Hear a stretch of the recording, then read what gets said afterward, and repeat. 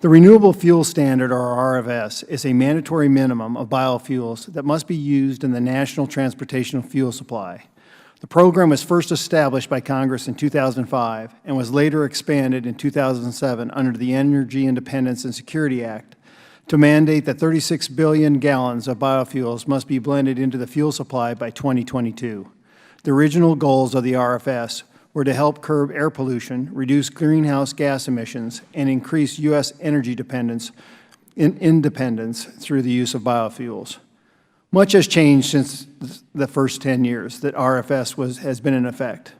When the original laws were passed, Americans had serious concerns about the rising price of gas and about our dependence on foreign oil. However, since almost immediately after the law was passed, the U.S. has experienced an extraordinary energy supply boom. Today, gasoline is selling for historically low prices. The assumption under the RFS that demand for oil would continue to rise has not been realized, and we must take a hard look at how this affects the success of the program.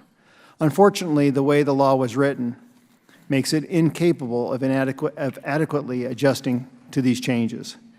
The EPA is responsible for developing and implementing regulations for the RFS, but due to the challenging reality the RFS operates in, EPA has continually been late in issuing its renewable fuel obligation levels and has often had to issue these annual renewable fuel mandates retroactively. This past November, EPA issued the final renewable fuel volume levels for the year 2014, 2015, and 2016. This would make 2016 one of the few years EPA has issued that mandate on time. In addition, EPA has often elected to use its waiver authority to issue volume mandates that are below the level set by law, further showing how the original mandates are unsustainable in today's reality. The current RFS mandates have caused the nation's fuel supply to reach the blend wall of 10% ethanol incorporated into the fuel supply. This blend wall barrier is the highest level of ethanol blended into fuel that can be sustained in the current American automobile market. If any percentage higher than this is used in vehicles, serious engine problems can occur in older cars or void warranties in newer models. This creates a serious problem for consumers. The implementation of the RFS has also created some unintended and adverse consequences. The rapid expansion of biofuel production using corn has caused an increase in food prices, which in turn hurts the poorest and most vulnerable in our society, both at home and abroad.